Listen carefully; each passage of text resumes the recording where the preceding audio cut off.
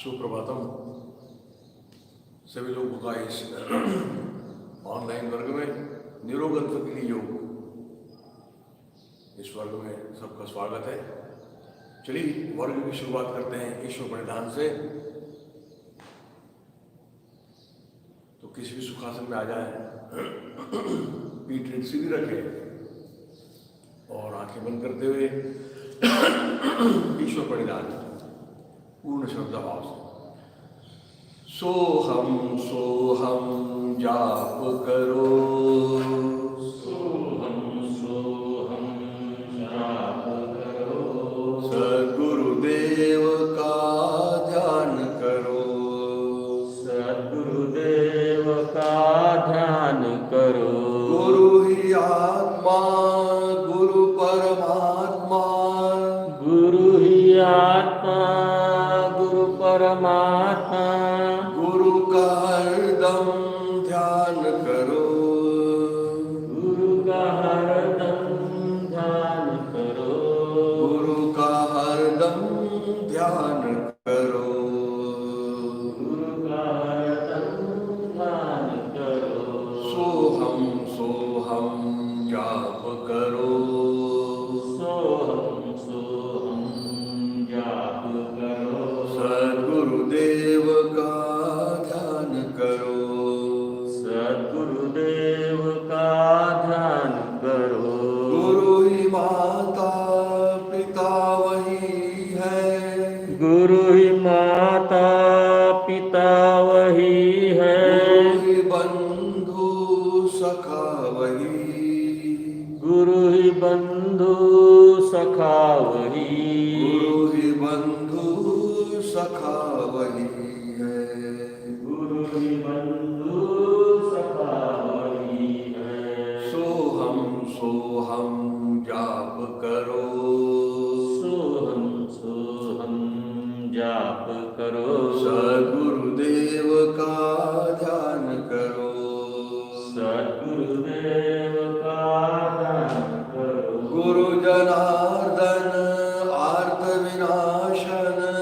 गुरु जनार्दन आर्त विनाशन। भव भय हारण नाम वही। भव भय हारण नाम वही। भव भय हारण नाम वही है। भव भय हारण नाम वही है। सोहम है शिव श्याम वही है। सोहम है शिव श्याम वही है। सोहम सत्यम ध्यान वही है। सोहम सत्यम ध्यान वही है। सोहम सोहम जाप करो। सोहम सोहम जाप करो। सद्गुरुदेव का ध्यान करो। सद्गुरुदेव का ध्यान करो। सोहम सोहम सोहम सोहम सोहम सोहम सोहम सोहम। सोहम सोहम। ऐसे जरा अंदर की ओर झांकिए जरा। उस प्रसन्नता का, उस सात्विकता का आविर्भाव जो हो रहा है, उसको होने से मन प्रसन्न है और प्रसन्न अवस्था में ही योग सफल हो सकता है। और चलिए फिर जब मन प्रसन्न है तभी ध्यान की प्रक्रिया हो सकती है। और फिर उत्थित विवेकासन नाम के आसन से उस ध्यान की प्रक्रिया में चल रहे हैं। गुरु महाराज ने ध्यान इतना सहज रूप से हमारे सामने प्रस्तुत कर दिया, उसका नाम भी नहीं लिया, लेकिन फिर भी सर्वश्रेष्ठ ऐसे ध्यान की प्रक्रिया हमारे सामने उत्थित विवेकासन के माध्यम से ला दी है। तो चलिए एड़िया मिला लें हाथ नमस्कार में और आंखें बंद करते हुए फिर चलिए उस सोहम की जाप की तरफ। उस सोहम की बात हो रही है, उस श्वास प्रश्वास की हो रही है। श्वास जब लेते हैं तो नथुन में सो ऐसी आवाज आती है, प्रश्वास जब करते हैं तब हम ऐसी आवाज आती है। तो ये सोहम जब जो है निरंतर चल रहा है। सो यानी मैं और हम यानी उस प्रत्यक्ष ईश्वर का अंश मुझ में है। और इसलिए मुझे किसी से बैर नहीं, किसी के कोई द्वेष नहीं, मैं सच्चिदानंद हूँ, इसकी अनुभूति सोहम के जाप के साथ में होने दे जरा। और सोहम में भी फिर हम की तरफ अधिक महत्व दें, क्योंकि उस हम में ही छिपा हुआ है सहजता, शिथिलता और तनावमुक्तता। तो होने दीजिए सारे शरीर को शिथिल, शांत, सहज। और धीरे धीरे होते हुए चलिए फिर ध्यान की प्रक्रिया, अवयव ध्यान, संपूर्ण मस्तिष्क याद कर लीजिए अंदर बाहर से, और बिल्कुल शिथिल छोड़ दीजिए। संपूर्ण कपाल, दोनों भौवें, भूमध्य शिथिल, दोनों आंखें अंदर से पुतलियों के साथ में, पलकों के साथ में, दोनों करपटे आंख और कान के ऊपर का हिस्सा अंतर बाह्य शिथिल छोड़िए। दोनों कानों को बाह्यता देखते हुए अंदर की ओर जाते हुए गले तक उसकी अनुभूति लीजिए। नथुने से अंदर की ओर जाते हुए जीवा के मूल तक देखते हुए जीवा, दंत पंक्तियां, और फिर ओठों का गोलाकार स्पर्श देखें। दोनों गालों को अंदर बाहर से ढीला छोड़ें। हनु से लेके कनपट तक का हिस्सा देखते हुए फिर संपूर्ण चेहरा शिथिल छोड़ दें। गला कंठ के साथ, संपूर्ण गर्दन सारे स्नायु पुंजों के साथ में शिथिल छोड़ते हुए संपूर्ण रीढ़ हर कशेरु से और कशेरु से शिथिल छोड़ रहे हैं। और फिर स्कंद वाले से कटे वाले तक संपूर्ण पीठ का अवलोकन किया है, उसको शिथिल छोड़ा है। दोनों बगलों से दोनों कमर तक का हिस्सा देख रहे हैं। दोनों हाथ कंधों से ढीले छोड़ते हुए दंड, कोहनियां, प्रकोष्ठ, हाथों के तलवे, तलवों का स्पर्श देख रहे हैं। संपूर्ण सीना आड़े में खड़े में अंदर से बाहर से देखा है, शिथिल छोड़ा है।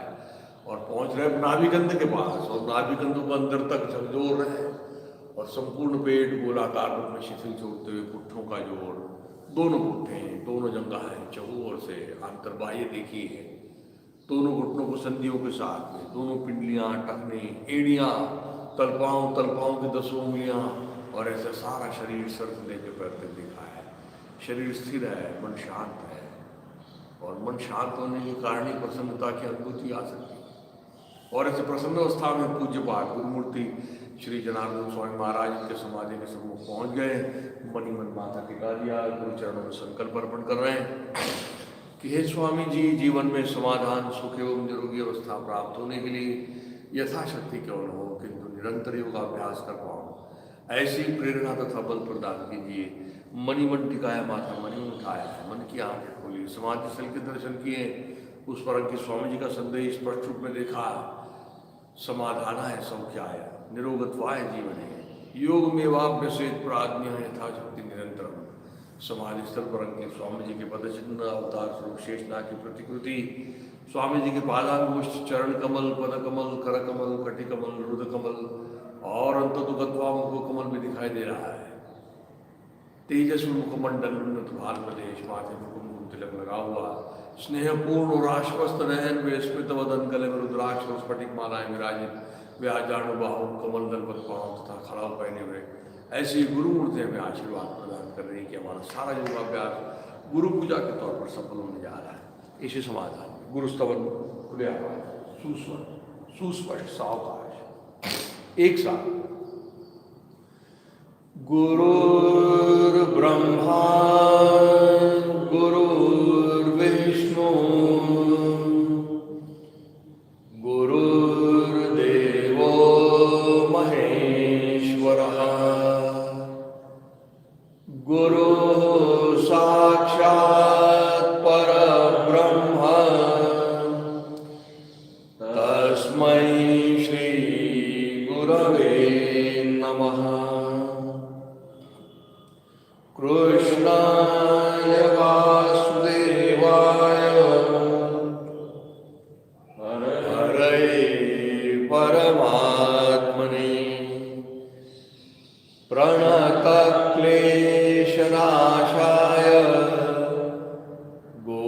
गोविन्दाय नमो नमः। गोविन्दाय नमो नमः। गोविन्दाय नमो नमः। धीरे से हाथ नीचे की ओर ले लिए, आंखें बंदी रखिए, पैर में अंतर ले लिया, और चलिए शरीर संचालन जो रोज करना आवश्यक है, क्योंकि वार्मिंग अप एक्सरसाइज है। रात को जब हम सोते हैं तो हमारा शरीर का रक्त प्रवाह, कभी हम दाईं तरफ सोते हैं, कहीं बाईं तरफ सोते हैं, तो ये रक्त प्रवाह अच्छा होना चाहिए, सारे जोड़ खुले होने चाहिए, और योगाभ्यास के लिए तैयार हो जाना चाहिए। इसलिए शरीर संचालन रोज करना अनिवार्य है। तो चलिए श्वास लीजिए, रोकिए, मूल मंत्र लगाते हुए शरीर को दाहिनी तरफ मरोड़िए।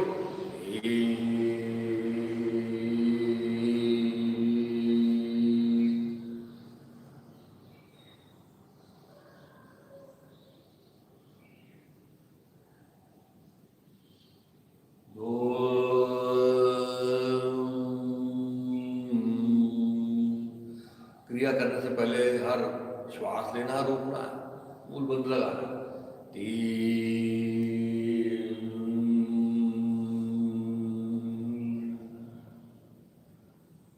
रोज अच्छी तरह से अपने आप को देखना है, परखना है। दोनों कंधे एक दिशा में है क्या? कमर सामने ढकेल रहे हैं क्या? गर्दन मरोड़ के टूटी बाएं कंधे की रेशा में आई है क्या? बायां कंधे की बड़ी हड्डी रीढ़ से लग रही है क्या?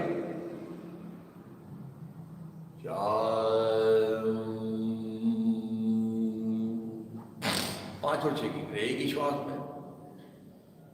5 6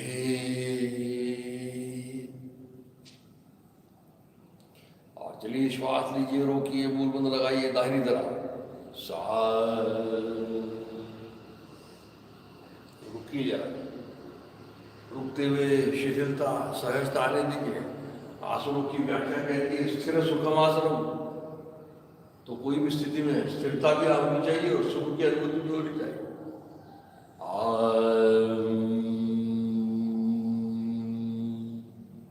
बाईं तरफ 9 फिर हो जाए स्थिर, शिथिल हो जाए। और वो सुख की अनुभूति और स्थिरता कैसे आएगी? जब शिथिलता, जब सारे शरीर को शिथिल छोड़ेंगे और अपनी श्वास प्रश्वास के मन लगाएंगे तो आएगा। प्रयत्न शिथिल्या अनंत समापत्तिभ्याम।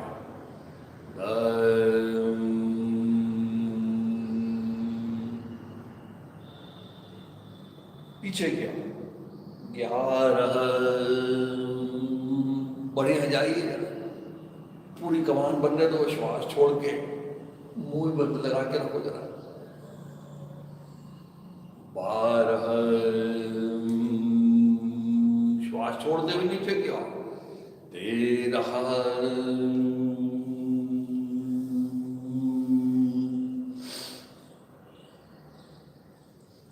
सब कुछ गिरा दीजिए, ढीला छोड़ दीजिए।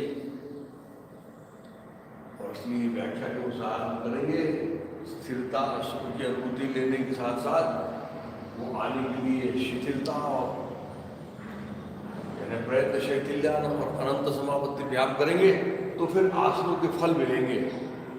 और आसनों का फल है तत्व द्वंद्वान विघाता, सभी प्रकार के द्वंद्वों को का नाश करना। शरीर में अंदर में हर सिस्टम के अंदर में जो एक द्वंद्व चल रहा है, शरीर और मन के दरमियान जो द्वंद्व चल रहा है, मन और बुद्धि के दरमियान जो द्वंद्व चल रहा है, वो दूर होते हैं। शरीर अत्यंत सक्षम, हर परिस्थिति के लिए तैयार। फिर श्वास लेके रोके, मूल मंत्र लगाते हैं 14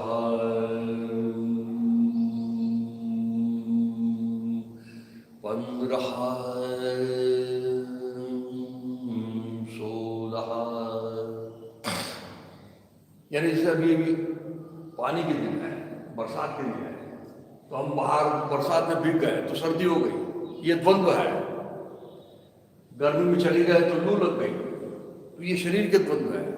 ये सारे द्वंद्व समाप्त होते हैं और ये द्वंद्वों में तो हमारी सारी एनर्जी, हमारी सारी ऊर्जा समाप्त होती है, खर्चा होती है।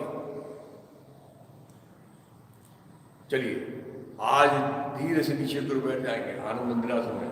1 2, क्योंकि एक नया आसन सीखने जा रहे हैं। खड़े होकर आसन, जो पाद संचालन करना है ना, उस पाद संचालन में की एक नई थोड़ी सी उसमें की प्रगत अवस्था है, उसको कहा जाता है हस्त पादानुष्ठान। देखिए कैसे करना है, देख लें इसको। जैसे हमने पाद संचालन पैरों को आगे पीछे करते हैं, उसी तरह से आगे पीछे करते वक्त ही जैसे पैर हम सामने लेते हैं, तो सामने लेने के बाद में उसको पकड़ना है। कैसे? तो अब देखिए, एक में क्या करेंगे, ये दाहिने पैर को ऊपर की ओर उठाएंगे और दाहिने हाथ को बाजू से ऊपर की ओर ले लेंगे। देखिए,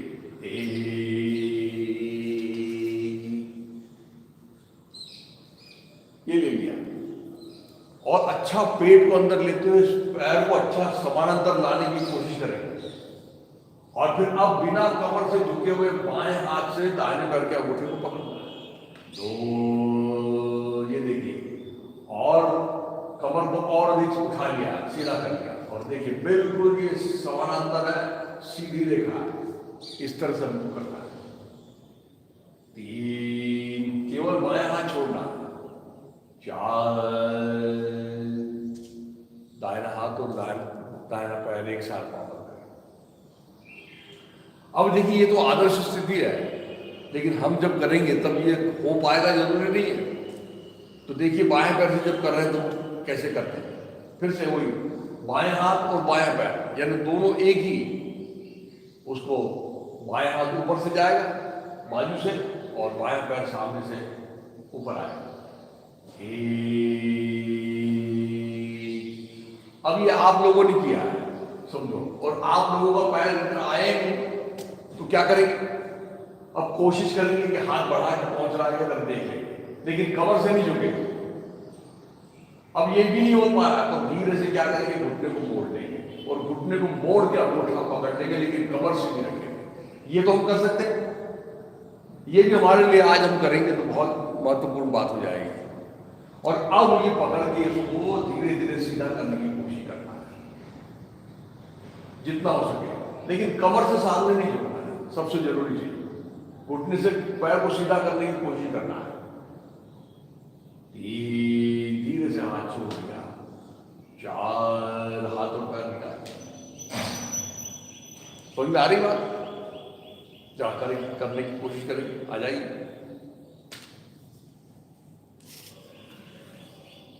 चलिए, दाहिना हाथ और दाहिना पैर उठाइए जितना उठा सकते हैं। अब बाएं हाथ बढ़ा के देख लीजिए, नहीं पहुंच रहा है तो फिर हाथ घुटने को मोड़ लीजिए और पकड़ लीजिए, और अब उसको सीधा करने की कोशिश करिए। और ये सीधा करने के बाद देखिए अब इसका असर कहाँ जा रहा है। ये कमर के जोड़ के ऊपर, घुटने के ऊपर, पैर और साथ साथ पेट में उसका असर जा रहा है। धीरे से हाथ छोड़ दिया, 4, नीचे लिया। इसलिए इस आसन का जो मुख्य परिणाम जो है, घुटने के ऊपर, कमर के ऊपर, पैर के नसनाड़ियों के ऊपर, साथ साथ पेट में मल शुद्धि इससे होती है, यानी जिनको कॉन्स्टिपेशन की तकलीफ है उनके लिए, और पचन प्रणाली भी सुधरती है।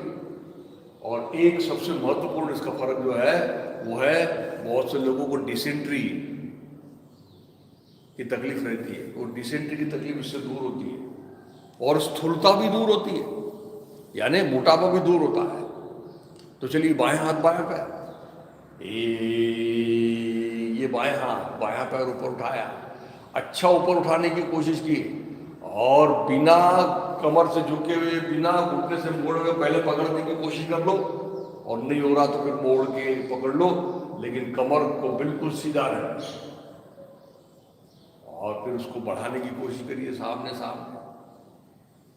घुटने को मोड़ के पकड़ के रहना भी बहुत बड़ी बात है, क्योंकि उसमें एक संतुलन तो बात आ ही रही है। 3, 4, जरा कठिन आसन है, लेकिन धीरे धीरे करना पड़ेगा। और चलिए, आनंद मंदिर आसन, 1, 2, और धीरे से घुटने टिका दो। आज हम एक और चीज देख लेंगे, जरा आप बैठ के देख लेंगे। आज हम पवन मुक्तासन दोनों पैर से करने वाले, वैसे एक पैर से करते, लेकिन आज दोनों पैर से करने वाले। लेकिन दोनों पैर से करते वक्त आज इसमें एक और चीज जोड़ लेंगे, वो चीज है उत्तान पादासन नाम का आसन जोड़ना है। जैसे हम एक एक पैर से जब पवन मुक्तासन करते हैं तो एक एक पैर को घुमाते हैं, दाहिनी तरफ से 3 बार, बाईं तरफ से 3 बार, बाएं को भी उसी तरह से घुमाते हैं। तो भी एक एक पैर को जो घुमाते हैं तो इसमें दोनों पैर से भी घुमाते आना चाहिए। तो देख लीजिए क्या करना है। दंड कान से लगा लिया, अब एक में क्या करना है कि दोनों पैर टखनों से अपनी तरफ लेना है। ये पैर पहले ढीले जो रहते हैं उनको एक के अंक में अपनी तरफ ले लिया, एक, दिख रहे हैं ये दोनों पैर अंदर की ओर ले रहे हैं। और अब दो में क्या करना है कि देखिए हम सारी चीजें जो करते हैं योगाभ्यास में श्वास लेके और रोक के करते हैं, है ना। केवल ये जो चीज है इसमें श्वास लेना नहीं है, श्वास भरसक छोड़ देना है और छोड़ के केवल मूल बंद के सहारे दोनों पैरों को थोड़ा सा यानी 10 डिग्री ऊपर उठाना है, 45 डिग्री नहीं 10 डिग्री। देखिए कैसे कर रहे हैं, ये श्वास छोड़ रहे हैं, पेट को अंदर दबाया, मूल बंद लगाया और ये ऊपर उठा रहे हैं, दो, ये ऊपर उठा लिया, बस थोड़ा सा ऊपर। और थोड़ा सा ऊपर लगाने के बाद मूल बंद और अच्छी तरह से लगाया और फिर दोनों पैरों को थोड़ा सा ऊपर लिया, नीचे लिया, ऊपर नीचे, ऊपर नीचे, फिर दोनों पैरों को दाहिनी तरफ लिया, दाहिनी तरफ, बाईं तरफ, दाहिनी तरफ, बाईं तरफ। और अब इसी पैरों को गोल घुमा रहे हैं 3 बार दाहिनी तरफ से, 3 बार बाईं तरफ से, गोल घुमाना, लेकिन पैर ज्यादा ऊपर नहीं उठाना। और अभी तो श्वास सामान्य रूप से चल रहा है, जब हम उठाते हैं तब श्वास छोड़ के उठाना और फिर धीरे से पैर नीचे रख देना, 3 और फिर 4 में दोनों पैर ढीले छोड़ देना, 4। ये भी आसन जो है बड़ा महत्वपूर्ण आसन है। फिर से दिखने में बड़ा आसान दिखेगा लेकिन करने में बड़ा मुश्किल है। और इसका असर भी पेट के ऊपर, कमर के ऊपर, सभी प्रकार की पेट की समस्या दूर करने की क्षमता इस उत्तान पादासन में है। फिर से मल शुद्धि, पचन प्रणाली अच्छी सुधरती है, आंतों की क्षमताएं बढ़ती है। तो चलिए आ जाइए, इसको भी कर लेते हैं।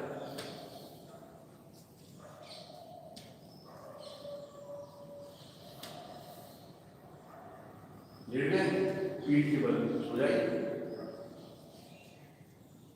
और चलिए एक के अंक में दोनों पैर मिलाते हुए टखनों से पैर अपनी तरफ ले लेंगे,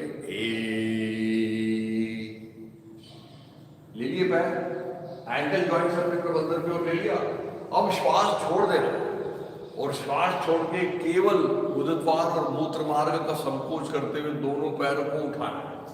कितना? केवल थोड़ा सा ऊपर, जमीन से थोड़ा सा ऊपर जाए, 45 अंश नहीं, बिल्कुल जमीन से थोड़े से ऊपर। और अब मूल बंद अच्छी तरह से लगाया है, सामान्य श्वास प्रश्वास कर रहे हैं।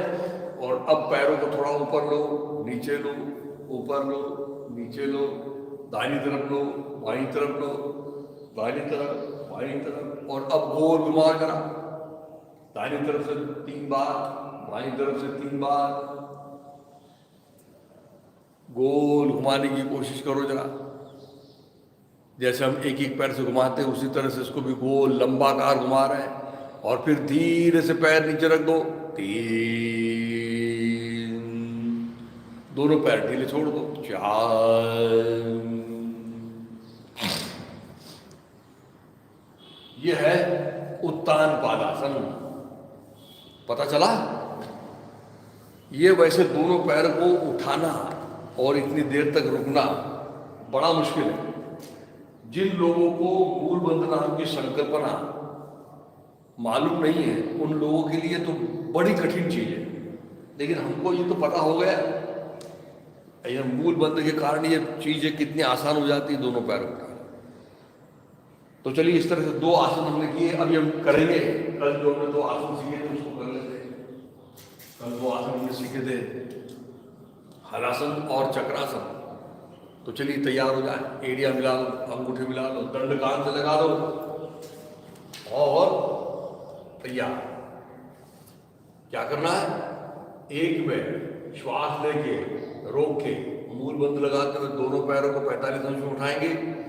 फिर दोनों पैरों को 90 अंश में लाते हुए हाथ नीचे की ओर ले आएंगे।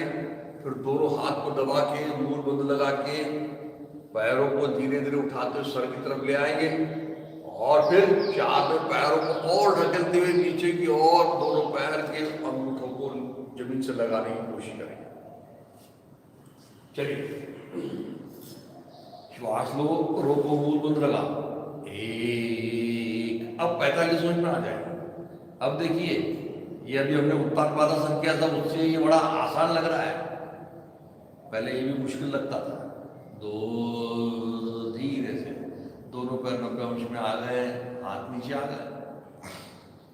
अब हाथ दबा के, मूल बंद लगा के, जंगा के जोड़ में मन लगाते हुए धीरे धीरे कमर उठाते हुए चलिए। सर की तरफ पैर लाओ। फिर जिनको कमर उठाना जम नहीं रहा है वो पवन मुक्तासन में आगे पीछे डोलते हैं, वैसे डोलते हुए पैरों को सर की तरफ लाते हुए हाथ पीछे की ओर रख देना है और यहाँ रुक जाइए जरा। गर्दन, कंधे, कमर ढीली छोड़ देना और अब यहीं से पैर नीचे नहीं लाना है। अब पुट्ठों को सामने ढकेलना है ताकि सीना और ठुड्डी से गड़े और फिर पैरों को टखनों से फैलाते हुए मानो पैर का तलवा सामने का हिस्सा जमीन से लगाने वाले।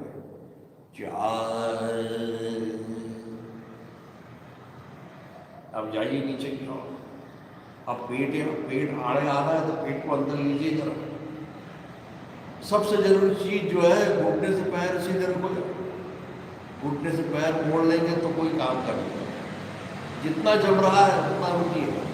और अब अगर कुछ लोगों के अगर पैर अंगूठे जमीन से लग रहे हैं तो लगा दीजिए और लगाने के बाद उसको लगा के नहीं रखना। कल मैंने बताया था, अपने स्वामी जी ने विशेष रूप से बताया है कि पैर के अंगूठों पर टिका के नहीं रखना, तब उसका असर अंदर होता है और विशेष रूप से पैनक्रियाज के ऊपर होता है। और इसलिए आपको कहीं भी कहीं भी जगह ये लिखा हुआ आपको दिखाई नहीं पड़ेगा कि इस आसन से डायबिटीज के ऊपर इसका परिणाम होता है। केवल स्वामी जी ने लिखा हुआ है। इसका कारण है कि उसको लगा के नहीं रखा तो फिर अंदर की ओर देखिए जा रहा असर, जहाँ हमारी पसली खत्म होती है और वहाँ अंदर जो है वहीं अंदर में हमारा पैनक्रियाज है, वो अंदर तक उसका परिणाम जाता है। और फिर दोनों पैरों को थोड़ा दाहिनी तरफ लीजिए, थोड़ा बाईं तरफ लीजिए, दाहिनी तरफ, बाईं तरफ, और फिर थोड़ा सा रुकते हुए धीरे धीरे वापस आना है। 5, थोड़े से पैर उठा के जमीन से समानांतर कर लो, यानी 135 डिग्री। 6, धीरे धीरे धीरे 90 अंश में आ रहे हैं। 7, दोनों पैर 45 अंश में ले लो, हाथ ऊपर ले लो, मूल बंद लगा दो और धीरे से नीचे की ओर रख दीजिए। तो ऐसा बड़ा सुंदर आसन है जी।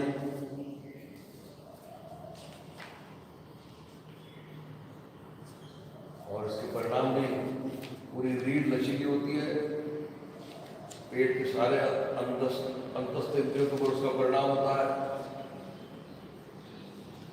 लीवर के ऊपर,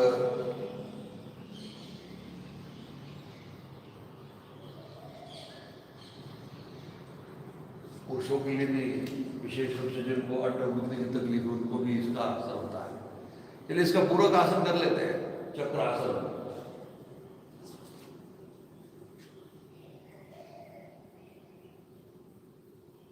चलिए क्या करना है, अब हमने गर्दन को फोल्ड कर ली थी, करना कमर से फोल्ड किया था, इसलिए कमर को तानते हुए चक्र जैसी स्थिति कर लेंगे। तो चलिए एक में दोनों पैर उल्टे से मोड़ेंगे, दोनों घुटनों के पास जाएंगे और दोनों हाथ ऊपर की ओर लेते हुए कोहनी से मोड़ते हुए कंधों के पास जाएंगे।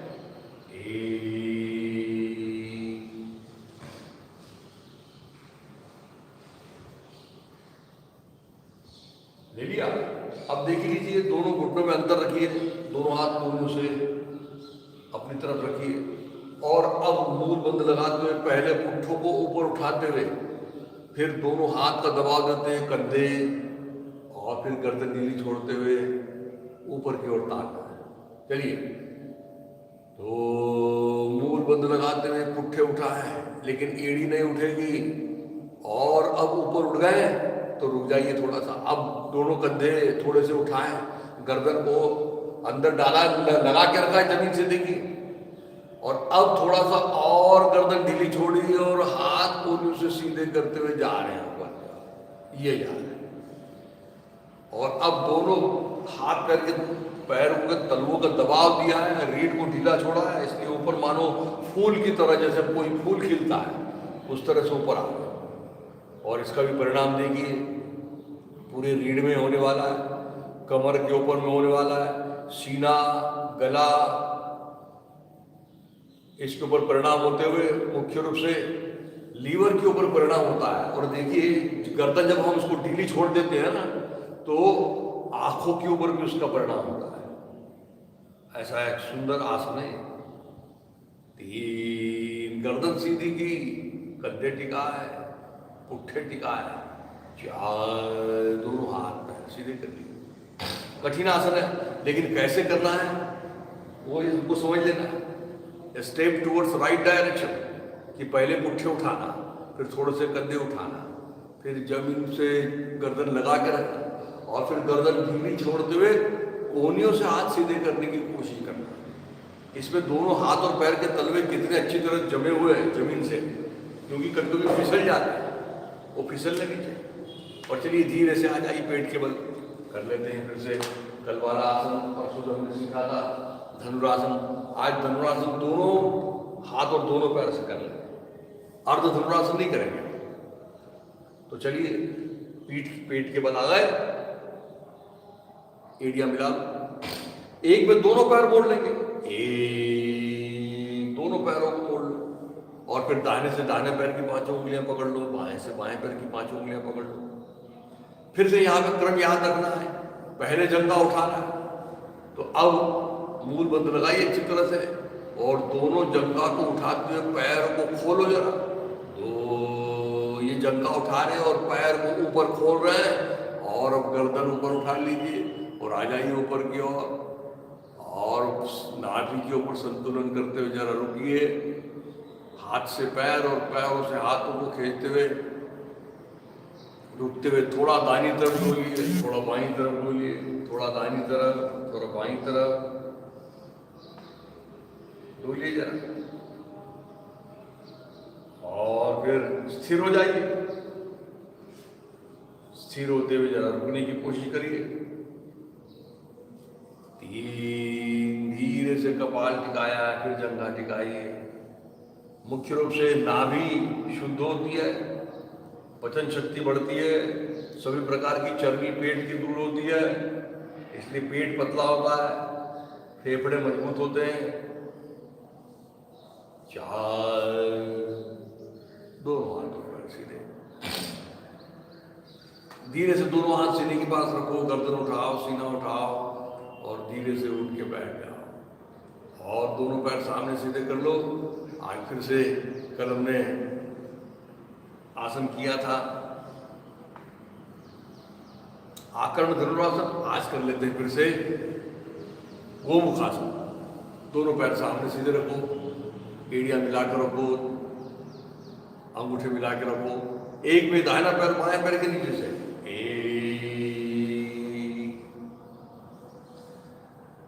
और फिर अंडकोशों की सावधानी बरतते हुए बायां पैर ऊपर से, 2,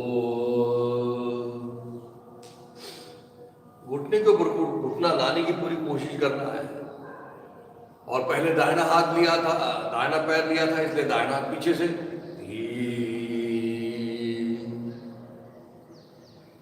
रीढ़ बिल्कुल सीधी करो।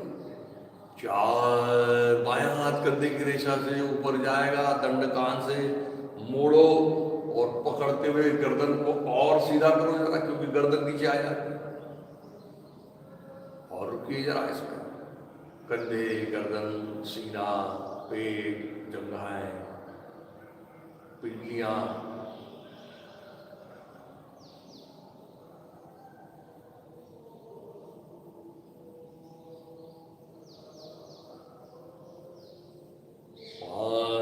बायां हाथ सीधा किया, नीचे की ओर लाया, 6 दाहिना हाथ निकाला।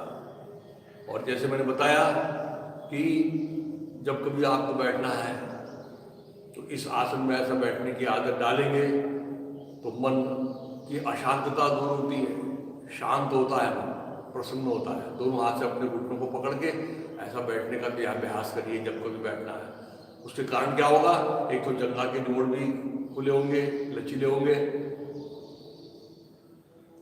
और मुख्य रूप से मन शांत प्रसन्न, सभी प्रकार के मनोविकार दूर होंगे। ऊपर का पैर और दूसरा पैर, दोनों पैरों से करना पड़ता है। हमने तो एक पैर से किया, अब दूसरे पैर से जो करना है वो स्वाध्याय के रूप में आपको गृहपाठ यानी होमवर्क करना है। बाएं पैर से आपको बाद में कर लेना है। चलिए अब तैयार हो जाए, किसी भी सुखासन में आ जाए।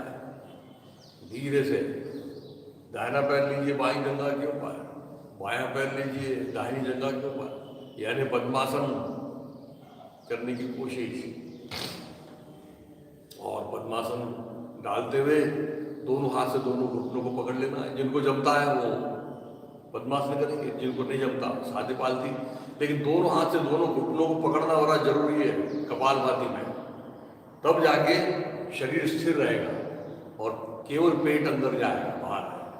तो चलिए, पेट, सीना, गला, नथुने अंदर से ढीले छोड़ दिए और कपालभाति प्रारंभ करिए।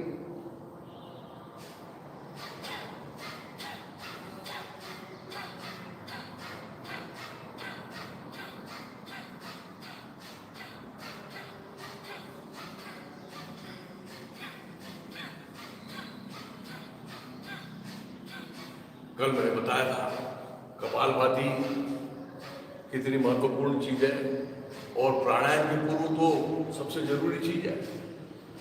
प्राणायाम का अभ्यास करना है तो पहले कपालभाति होना ही चाहिए, और फिर आखिरी का स्ट्रोक जोर से लगा दीजिए, शांत हो जाए। प्राणायाम के अभ्यास के लिए सबसे जरूरी चीज क्या है, तो शरीर की स्थिरता, शरीर का निश्चल निष्कंप होना जरूरी है। और इसलिए आसनों का अभ्यास करते हैं। सारा आसनों का अभ्यास इसलिए है कि अब प्राणायाम का अभ्यास आप पद्मासन की स्थिति में अच्छी तरह से कर सकें। द्वंद्व तो समाप्त होने ही चाहिए। जब द्वंद्व समाप्त होंगे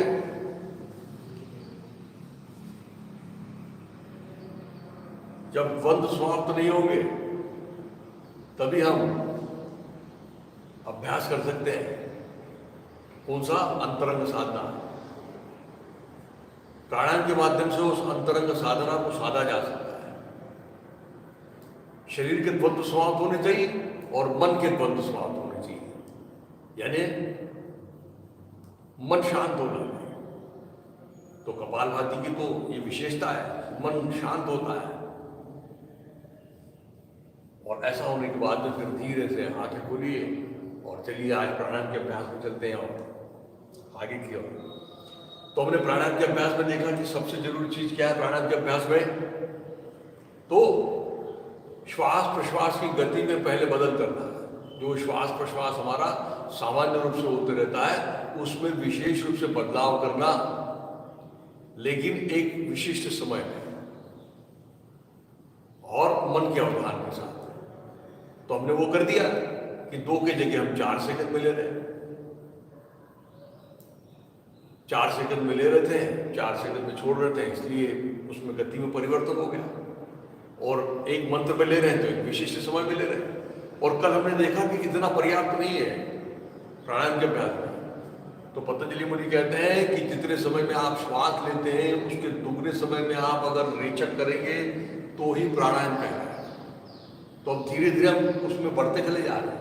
पहले श्वास प्रश्वास की गति में परिवर्तन किया। कल हमने देखा कि जितने समय में हम श्वास लेते हैं उसके दोगुने समय में श्वास छोड़ रहे हैं। और कल हमने एक बात और देखी कि केवल श्वास लेते और छोड़ते नहीं है, उसके साथ में 2 और चीजें होती हैं। क्योंकि श्वास एक गति के अनुसार अंदर की ओर जाता है, तो एक गति के अनुसार अंदर जाने के बाद में वो कुछ देर रुकता है, वहाँ उसकी 0 स्पीड होती है। फिर उसके विरुद्ध गति से बाहर आते हैं, फिर से एक बार रुकता है। तो ये रुकने का जो सिलसिला है इसको प्राणायाम में बड़ा महत्व है और इसको कुंभक कहा गया है। यानी श्वास जो अंदर लेते हैं उसको पूरक कहते हैं, अंदर लेने के बाद में जो कुछ क्षण रुक जाता है उसको पूरक कहते हैं अंदर लेने के बाद उसको अंतर कुंभक, क्योंकि अंदर की ओर रोक लिया।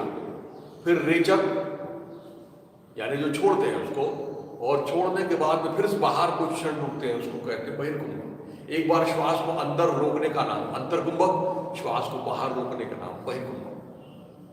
तो आज इसमें हम ये चीज भी जोड़ देंगे जरा, यानी अभी श्वास लेंगे एक मंत्र में, और अब एक मंत्र में श्वास को रोकेंगे, और रोकने के बाद में 2 मंत्र में छोड़ेंगे, और 2 मंत्र में छोड़ने के बाद में एक मंत्र में फिर से रोकेंगे।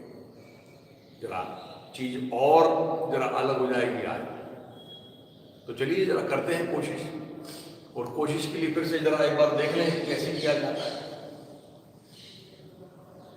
जैसे हम बैठे हैं सामने, अब सामने बैठने के बाद में श्वास को लेंगे, तो जैसे बाएं हाथ की तो ध्यान मुद्रा बना लिए, दाहिने हाथ की प्राणायाम की मुद्रा बना लेंगे, और बनाने के बाद में एक बार देख लीजिए, और उसके बाद में फिर आपको करना है कि ऐसे पद्मासन में बैठने की कोशिश करना है, और पद्मासन में बैठने के बाद में रीढ़ सीधी रखना है, सबसे जरूरी चीज, और सीधी रखते हुए ठुड्डी थोड़ी कंठी की तरफ रखना है। अब जैसे बाएं हाथ की ध्यान मुद्रा बना ली, और बाएं हाथ की प्राणायाम मुद्रा बना ली, तो अब हम जब भी शुरुआत करेंगे दाहिने से शुरुआत करेंगे।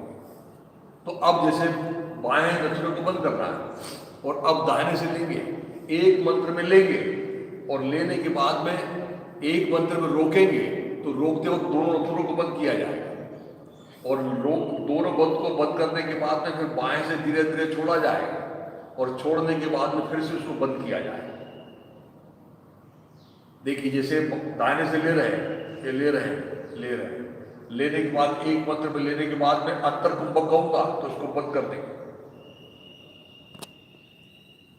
और फिर जब रेचक कहूंगा तो बाएं से 2 मंत्र में धीरे धीरे धीरे धीरे धीरे धीरे छोड़ना है, धीरे धीरे छोड़ना है। इसलिए नसों को धीरे धीरे रिलीज करना है, और जैसे ये पूरा खत्म हो गया, खत्म होने के बाद में फिर से बहिर्कुंभक कहूंगा तो इसको फिर से बंद करना। एक बार श्वास को अंदर की ओर रोकना, एक बार श्वास को बाहर की ओर रोकना। इस संकल्प के साथ में हम करने की कोशिश करेंगे। चलिए जरा तैयार हो जाए।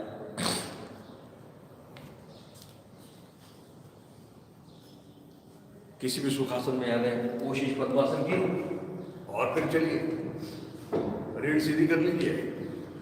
देखिए प्राणायाम के अभ्यास में पद्मासन बड़ा जरूरी चीज है। ये जो प्राणायाम के अभ्यास में ये जो पद्मासन होता है, पद्मासन में एक त्रिकोणी बैठक होती है, आप देख रहे हैं ये त्रिकोणी बैठक हो जाती है, ये घुटने से लेके यहाँ तक और ये घुटने से लेके यहाँ तक। तो ये त्रिकोणी बैठक में हमारा बैलेंसिंग मैकेनिज्म अच्छा हो जाता है, और इस त्रिकोणी बैठक में रीढ़ के ऊपर बहुत कम दबाव तनाव रहता है, और इसलिए बहुत देर तक बैठा जा सकता है। कल मैंने आपको बताया था कि इस प्राणायाम करते वक्त अगर हमने पद्मासन में किया तो रीढ़ में लगभग 0 ग्रेविटेशनल फोर्स रहता है। तो इसलिए पद्मासन का आग्रह इसमें होना चाहिए। कैसे भी बैठ के आसन नहीं करना है। कुछ लोग देखते हैं हम ऐसे करके बैठते हैं और सादी पालती भी नहीं डाल सकते हैं, और ऐसा करते हैं कुछ तो, और वो भी करते हैं गर्दन ऊपर कर लेते हैं और फिर ऐसा छोड़ देते हैं। ये इसको प्राणायाम नहीं कहते हैं। तो प्राणायाम के लिए विशिष्ट बैठक जरूरी है। तो देखिए ये इस तरह से कोशिश करना है, और फिर रीढ़ बिल्कुल सीधी रखना है, और ठुड्डी थोड़ी कंधे की तरफ लेना है। बाएं हाथ की ध्यान मुद्रा बना लेना है, और दाहिने हाथ की प्राणायाम की मुद्रा जिसको प्रणव मुद्रा कहते हैं, तर्जनी और मध्यमा को अंदर की ओर ले लिया। अब प्राणायाम का अभ्यास यानी ये सब अंतर साधना है, और इसलिए गुरु का स्मरण करना जरूरी है। और इसलिए गुरु का स्मरण करना, बाएं को बंद कर देना। दाहिने से शुरुआत करेंगे आप, दाहिने से एक मंत्र में लेंगे, लेने के बाद में एक मंत्र में रोकेंगे, उसको दोनों नथनों को बंद कर देंगे, और फिर बाएं से धीरे धीरे धीरे धीरे दो मंत्रों में छोड़ेंगे, और छोड़ने के बाद में फिर से बंद करके दोनों नथनों को बंद कर लेंगे। तो चलिए दाहिने से श्वास लीजिए, श्री राम जय राम जय जय राम। दोनों थोड़े बंद कर दीजिए, अंतर कुंभा श्री राम जय जय राम। बाएं से रेचक श्री राम जय जय राम श्री राम जय राम। फिर से बंद कर दीजिए, श्री राम जय जय राम। दाहिने से लीजिए, श्री राम जय राम। अंतर कुंभार यानी बंद कर दीजिए, श्री राम जय राम। बाएं से छोड़िए धीरे धीरे, श्री राम जय राम श्री राम जय राम। फिर से बंद कर दीजिए, श्री राम जय पूरा श्री राम जय राम। अंतर कुंभा श्री राम जय राम। बाएं से रेचक श्री राम जय राम श्री राम जय राम। बहिर्कुंभा श्री राम जय राम। बात समझ में आ रही है क्या? श्वास लेने के बाद दोनों नथुने बंद करते हुए अंदर की ओर रोक के रखना है, और रेचक करने के बाद यानी श्वास छोड़ने के बाद में फिर से एक बार बाहर रोक के रखना है। तो चलिए दाहिने को बंद कर दीजिए, और फिर बाएं से श्वास लीजिए, श्री राम जय राम। अंतर कुंभा श्री राम जय राम। दाहिने से छोड़िए, श्री राम जय राम श्री राम जय राम। बहिर्कुंभा श्री राम जय राम। बाएं से लीजिए, श्री राम जय राम। रोक लीजिए, श्री राम जय राम। दाहिने से छोड़िए, श्री राम जय राम श्री राम जय राम। रोक लीजिए, श्री राम जय राम। बाएं से लीजिए, श्री राम जय राम। रोकिए, श्री राम जय राम। दाहिने से छोड़िए, श्री राम जय राम श्री राम जय राम। रोकिए, श्री राम जय राम। तो इन नई संकल्पनाओं के साथ में आज हमने किया है, यह पूर्ण प्राणायाम बन रहा है। अब इस प्राणायाम में 3 चीजें फिक्स होती हैं, आप समझ लीजिए चीजों को। जितने समय में आपने श्वास लिया है उसके दोगुने समय में श्वास छोड़ना ही चाहिए, यह पहली बात। जितने समय में आपने श्वास लिया है उतने समय का ही बहिर्कुंभक होना चाहिए, यानी जो हम श्वास छोड़ने के बाद रोकते हैं वो उतने समय का होना चाहिए। अभी हम अंतर कुंभक भी एक ही मंत्र में कर रहे हैं और बहिर्कुंभक भी एक ही मंत्र में कर रहे हैं, लेकिन 3 चीजों को समझ लीजिए कि जितने समय में आपने लिया है उसके दुगने समय में आपको श्वास छोड़ना है, जितने समय में लिया है उतना ही समय में आपका बहिर्कुंभक होगा। सिर्फ अंतर कुंभक जो है वो धीरे धीरे बदलते चले जाएगा। अभी हम जो अंतर कुंभक जो श्वास लेके रोकते हैं वो अभी एक मंत्र में रोक रहे हैं, कुछ दिन के अभ्यास के बाद में उसको 2 मंत्र में रोकेंगे, फिर 3 मंत्र तक रोकेंगे, और फिर आखिर में जाके 4 मंत्रों तक रोकेंगे। यानी वेरिएबल जो रहेगा वो अंतर कुंभक रहेगा, बाकी तीनों चीजें फिक्स होती हैं। और जब एक मंत्र में लेंगे, 4 मंत्र में रोकेंगे, 2 मंत्र में छोड़ेंगे और फिर 1 मंत्र में रोकेंगे, तो उसको कहा जाता है बिल्कुल फुल प्रूफ प्राणायाम, एकदम उत्कृष्ट प्राणायाम जिसको कहा जाता है। ये उसकी अंतिम पादान है प्राणायाम। ऐसा क्यों करते हैं हम प्राणायाम में? श्वास रोकने से क्या हो जाएगा, पूरे श्वास को धीरे धीरे लेने से क्या हो जाएगा? तो पतंजलि मुनि कहते हैं कि ऐसा करने से, वो सूत्र में कहते हैं ततक्षीयते प्रकाशावरणम और धारणा सूची योग्यता। ऐसा अगर आप करेंगे तो आपके ज्ञान के ऊपर अज्ञान का जो आवरण है वो धीरे धीरे धीरे क्षीण होते चले जाएगा। माया का जो आवरण है उसके कारण हमको पता नहीं चल रहा है कि मैं कौन हूं, तो ये जो है ये आवरण, अज्ञान का आवरण दूर होते हुए ज्ञान का प्रकाश प्रदीप्त होगा। और इसलिए बुद्धि का विकास ये प्राणायाम का मुख्य परिणाम है। ततक्षीयते प्रकाश।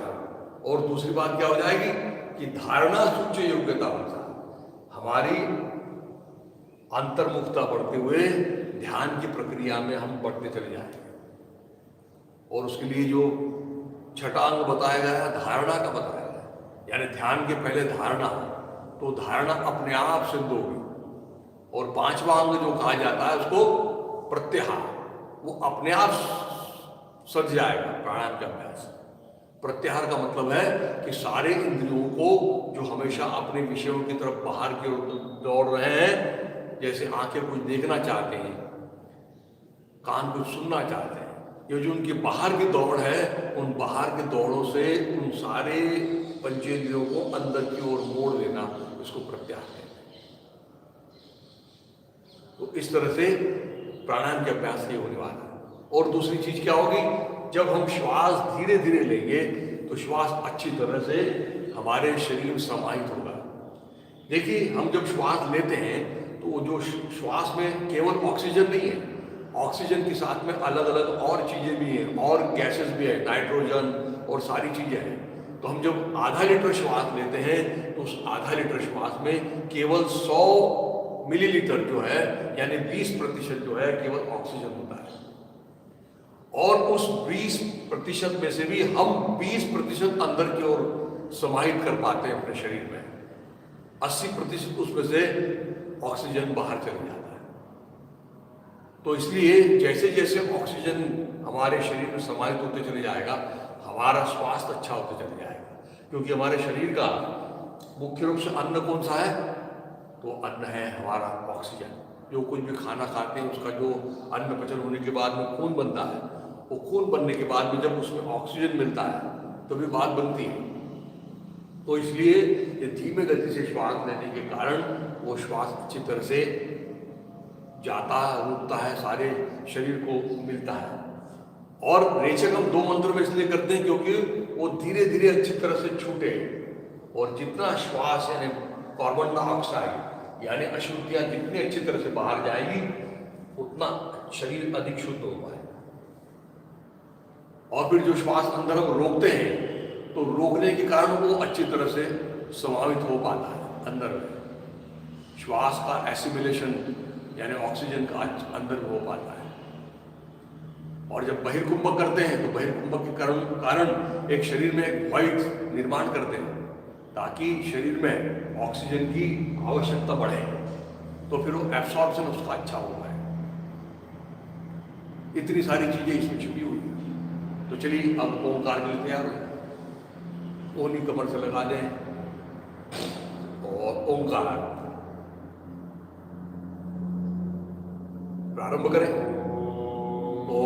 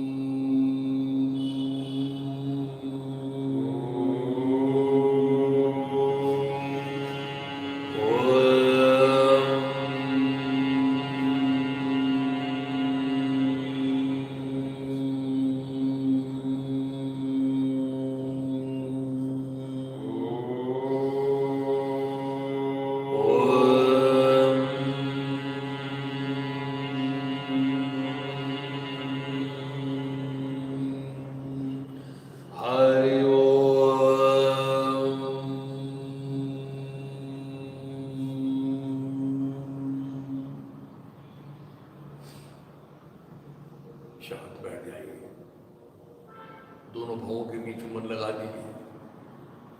ओंकार ये सर्वश्रेष्ठ साधना है योगाभ्यास में। और देखिए ओंकार का परिणाम संपूर्ण शरीर मन मस्तिष्क में हो रहा है।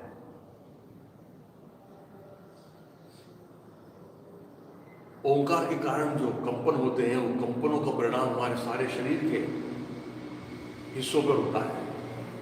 जैसे आप सब लोग जानते हैं कि हमारा शरीर का सबसे छोटा हिस्सा पेशी होता है। वो जो पेशी होता है, उस पेशी में, उस सेल में एक द्रव्य होता है जिसको कहा जाता है जैविक द्रव्य कहा जाता है। और उस जैविक द्रव्य में एक जैविक नृत्य होते रहता है। ये कोलाइडल सॉल्यूशन है और उसमें उसका नर्तन होते रहता है अणुरणियों का। और जब तक ये अच्छी तरह से नर्तन होते रहता है तब तक हमारे शरीर की एजिंग प्रोसेस ठीक हो जाती है। लेकिन जैसे जैसे हमारी उम्र बढ़ जाती है उसके साथ में ये एजिंग प्रोसेस शुरुआत हो जाती है। तो ओंकार ये क्या करता है कि ये जो अंदर में जो मूवमेंट चलती रहती है, जिसको ब्राउनियन मूवमेंट कहते हैं, ये मूवमेंट होती रहती है। इसलिए हमारी एजिंग की प्रोसेस दूर होती है और इसलिए ओंकार से चीर तारुण्य प्राप्त होता है। हमारी कार्य क्षमता हर उम्र में बनी रहती है। और सबसे बड़ी बात तो है जो शांति का अनुभव हो रहा है, जो सुख की अनुभूति हो रही है, इसको आनंद कहते हैं। बिना किसी कारण से एक सुख की जो अनुभूति होती है उसको आनंद कहते हैं। और इसी को शाश्वत सुख कहा जाता है। जिस सुख को हम बाहर ढूंढ रहे हैं वो सुख हमारे अंदर में मौजूद है, केवल उसको देखने की आवश्यकता है। जो शांति, असीम शांति का अनुभव हो रहा है, आनंद की अनुभूति हो रही है। और ये आनंद और ये अनुभूति हमारे साथ में दिन भर छाया की भांति रहेगी।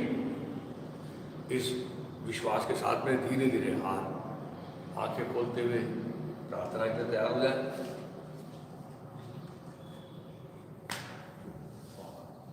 दोनों घुटने मिला लें, प्रार्थना एक साथ। असंख्यात नावे जयादे तलोक परिनित्यतो सच्चिदानंद एक जयाचा बळे चालतो हा पसारा नमस्कार त्या ब्रह्मतत्वा अपारा नवी सूर्य विश्वास जो तेज देतो प्रमोदे आम्ही अंतरी त्यास ध्यातो तये प्रेरणा बुद्धि तेने तदावी असे आमुची प्रार्थना ही प्रभावी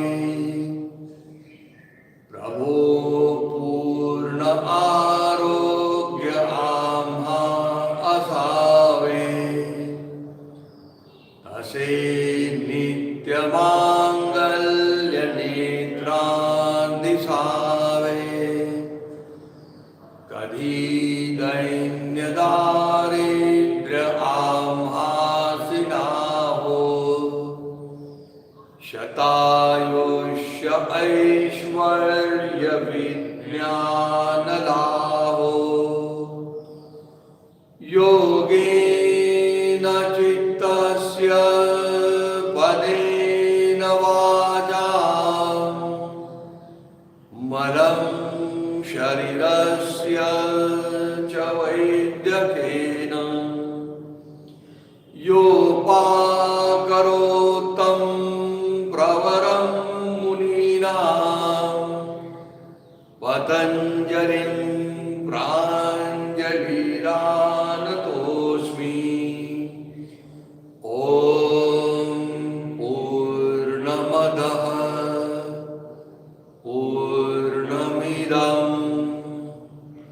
पूर्णात् पूर्णमुदच्यते पूर्णस्य पूर्णमादाय पूर्णमेवावशिष्यते। ओम शांति शांति शांति। सद्गुरु श्री जनार्दन स्वामी महाराज की जय।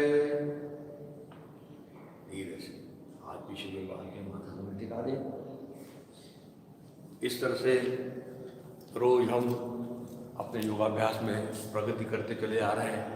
प्राणायाम में अपने देख रहे हैं कि कितनी चीज़ें महत्वपूर्ण चीज़ें होती हैं कि श्वास का पहले तो उसका विच्छेद करना, उसकी गति में परिवर्तन करना, उसके बाद में श्वास जितने समय में लिया उसके दूसरे समय में श्वास छोड़ना, उसके बाद में हमने कुंभक भी देखा। तो ये पूरी संकल्पना जो प्राणायाम की बड़ी महत्वपूर्ण चीज़ है। केवल श्वास लेना और श्वास छोड़ना इसका नाम प्राणायाम नहीं है, ये बात को ध्यान रखिए। और कल जैसे मैंने बताया था कि अपने यहाँ योग प्रकाश नाम का जो मैगजीन होता है उसके आप सब लोग मेंबर बन सकते हैं ताकि योग से जुड़े रहेंगे। जैसे उसके वार्षिक शुल्क जो हैं 660 रुपये हैं और उसका आजीवन शुल्क जो है 601 रुपये है। यानी आप 60 रुपये में साल भर आपको योग प्रकाश का मैगजीन आपके घर में आएगा। और साथ में दिवाली अंक जो भी आ रहा है तो दिवाली अंक विशेष रहता है, एक विशेष चीज़ के ऊपर उसका रहता है, तो वो भी आपको दिवाली अंक मिल सकता है। तो इस तरह से आप अपने इस योग प्रकाश के मैगजीन के मेंबर बने, लोगों को भी बनाएं ताकि इस योग प्रचार और प्रसार के कार्य में हम भी अपना हाथ बटाएं। और यहाँ पे आके आप जैसे नीति बताई तो नीति पात्र भी ले सकते हैं, अलग अलग किताबें भी देख सकते हैं यहाँ पे आके। तो जरूर इसमें आप भी आज यहीं रुकते हैं। नमस्कार।